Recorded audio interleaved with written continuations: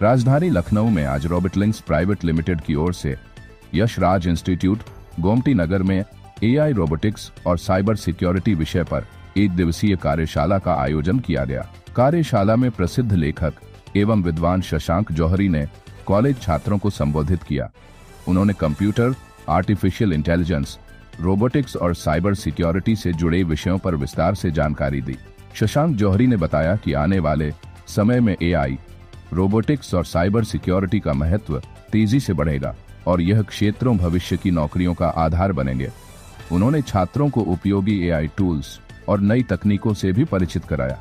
Cyber सुरक्षा पर विशेष जोर देते हुए उन्होंने मोबाइल सेटिंग्स में ऐप परमिशन कंट्रोल, वाईफाई और एटीएम कार्ड की संवेदनशील सेटिंग्स ऑफ करना तथा साइबर इंश्योरेंस जैसे व्यावहारिक उपायों की जानकारी दी। इस मौके पर यूपी पुलिस साइबर सेल से एक साइबर क्राइम ऑफिसर ने भी छात्रों को संबोधित किया। उन्होंने साइबर अपराधियों के नए नए तरीकों के बारे में बताया और उनसे बचाव के उपायों पर विस्तार से जानकारी। To learn about cyber security, AI and robotics. पहले अपना नाम बताएं। रिमशा। आज यहाँ पे इंस्टीट्यूट में साइबर क्राइम और मोबाइल की वर्षा कराइए, इसमें क्या आप लोगों ने किया? साइबर क्राइम में कैसे लोग बढ़ सकते हैं? सर, साइबर सिक्योरिटी जो भी क्राइम है उससे बचने के लिए सबसे पहले अवेयर होना पड़ेगा। बहुत सारी चीज़ें होती हैं जो व्हाट्सएप पे लिंक्स आ जाते हैं या सोशल मीडिया पे फेक अकाउंट्स के थ्रू हम लोग पास जो मैसेजेस आते हैं, तो पहले तो किसी को जल्दी रिप्लाई नहीं करें। और अगर आप इन केस आप कर रहे हैं तो इमीडिएटली अगर आपसे कोई ऐसे स्कैमर आपसे कोई स्कैम कर रहा है तो हम लोगों को जो सिखाया गया यही है कि इमीडिएटली आप किसी साइबर सेल ऑफिसर से कांटेक्ट करें ताकि आपका जो भी लॉस है एटलीस्ट वो बच जाए, आपको ज़्यादा लॉस हो नहीं। लोगों को कैसे जागरूक करें?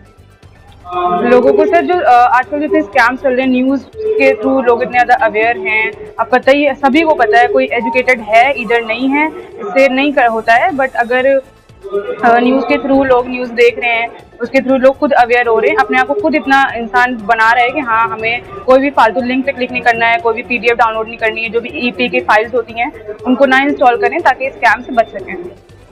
क्या आपको इसकी भी जानकारी, जैसे कि फोन की कॉल्स आती है, लोग बताते हैं कि इंस्पेक्टर हो या ऐसा आपने क्राइम किया, लोगों को हाउस अरेस्ट कर लेते हैं, उनसे पैसा मांग लेते हैं, उन लोगों के लिए क्या ये भी जानकारी बताइए आप लोगों को? जी बिल्कुल, जो कुछ फेक कॉल्स आती हैं कि आप हमें, जैसे मेरे पास भी आई हैं बहुत सारी कॉल्स आती हैं कि आपके फादर ने अकाउंट में पैसे लगाए हैं, ज़्यादा चले गए हैं, आप हमें रिफंड में वापस कर दीजिए हमारे अकाउंट में। तो पहले तो आपके जिस भी नोन के थ्रू वो कॉल आ रही है तो आप पहले उनसे कंफर्म करें कि वो कॉल फेक तो नहीं है या वो रियल कॉल है, जो भी है। उसके बाद ही आपको नेक्स्ट स्टेप ले। फिर भी लोगों के साथ स्कैम्स हो जाते हैं तो उससे बचने के लिए लोगों को अवेयर रहना आज के टाइम में बहुत ज़्यादा जरूरी है। अपना नाम बताइए। My name is Zibo Ayemi. I'm from Nagaland. I have come here at Gomti Nagar, Lucknow, at RobotLinks to learn about cyber security, AI and robotics. आज आपने यहाँ पे सर पहले अपना नाम बताइए। मेरा नाम शशांक जौहरी है। शशांक जी, आज आपके इंस्टीट्यूट में एक सेमिनार का आयोजन किया जाए, इसका क्या उद्देश्य? देखिए, ये जो वर्कशॉप हो रही है इसका उद्देश्य ये है कि जो कॉलेज के स्टूडेंट्स हैं और जो यूथ हैं उनको हम लोग एआई, रोबोटिक्स और साइबर सिक्योरिटी की लेटेस्ट जानकारी दें और उनको जो आगे आने वाले टाइम में जो जॉब करनी है तो जॉब में एआई और रोबोटिक्स का क्या रोल रहेगा उसकी अहमियत उनको बताई जाए और साथ साथ में साइबर सिक्योरिटी के लिए उनको कितना जागरूक रहना है उसके बारे में बताया जाए। छात्र जो कहाँ के, ये अभी हमारा यशराज कॉलेज में वर्कशॉप चल रहा है, तो यशराज कॉलेज के ही स्टूडेंट्स हैं जो इस वर्कशॉप में हो रहे हैं, अभी आज हैं।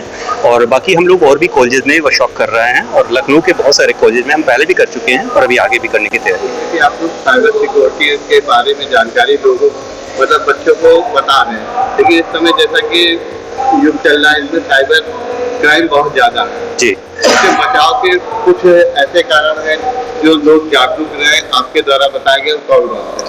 देखिए, इसमें सबसे पहले तो ये होता है कि हमारे जो मोबाइल में सेटिंग्स होती हैं उन सेटिंग्स की वजह से हमारी कई सारी जो परमिशंस होती है जो हम दे रखते हैं, जैसे हमारे फ़ोन बुक को कोई चेक कर सकता है या कोई हमारी गैलरी को चेक कर सकता है, तो उसकी सेटिंग कैसे बदलें, इस टाइप की जो हम टेक्नोलॉजी है वो बच्चों को वर्कशॉप में बताते हैं। इसके अलावा भी बहुत सारी और अवेयरनेस हमें चाहिए होती है, जैसे कि AI का यूज़ करके जो साइबर क्रिमिनल्स हैं वो कभी हमारी वॉइस सैंपल ले करके और हमारे घर के किसी आदमी की वॉइस का जो है कोई दुरुपयोग करते हैं, मतलब टेक्स्ट बना करके स्पीच बना देते हैं टेक्स्ट डाल करके। जैसे किसी की माँ की आवाज़ में कोई अगर एक साइबर क्रिमिनल है वो पैसे मांगता है तो हम अपनी मम्मी को पैसे दे देते हैं। तो इस तरह की जो चीज़ें हैं वो AI का जो साइबर क्रिमिनल इस्तेमाल कर रहे हैं उसके बारे में जागरूकता हम लोग कर रहे हैं। तो जैसा कि सरकार भी इसके लेकर जागरूक है, लोगों को जागरूक है, साइबर पुलिस विभाग सभी विभाग इसके लिए आए दिन प्रचार करते रहते हैं, लेकिन फिर भी साइबर क्राइम में फंस जाता है, उन लोगों के लिए क्या संदेश देते हैं? देखिए, हम लोग जो साइबर क्राइम में फंसते हैं उसकी सबसे बड़ी वजह है हमारा लालच। सबसे पहले है लालच, उसके बाद में ललक है। जैसे किसी लड़की ने अपनी चैटिंग के लिए अगर हाय लिखा तो हम लोग तुरंत हाँ जवाब देना है।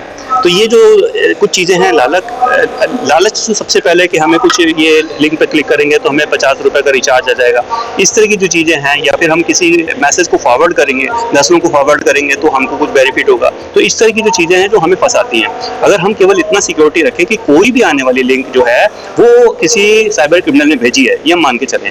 कोई भी मेल है उसको हम इतनी जल्दी नहीं खोलें जब तक कि हम जानते नहीं है कि किसने भेजी है। तो बस इस तरह की कुछ हमें सावधानी रखनी है, तो फिर हम बचाव हो जाएगा।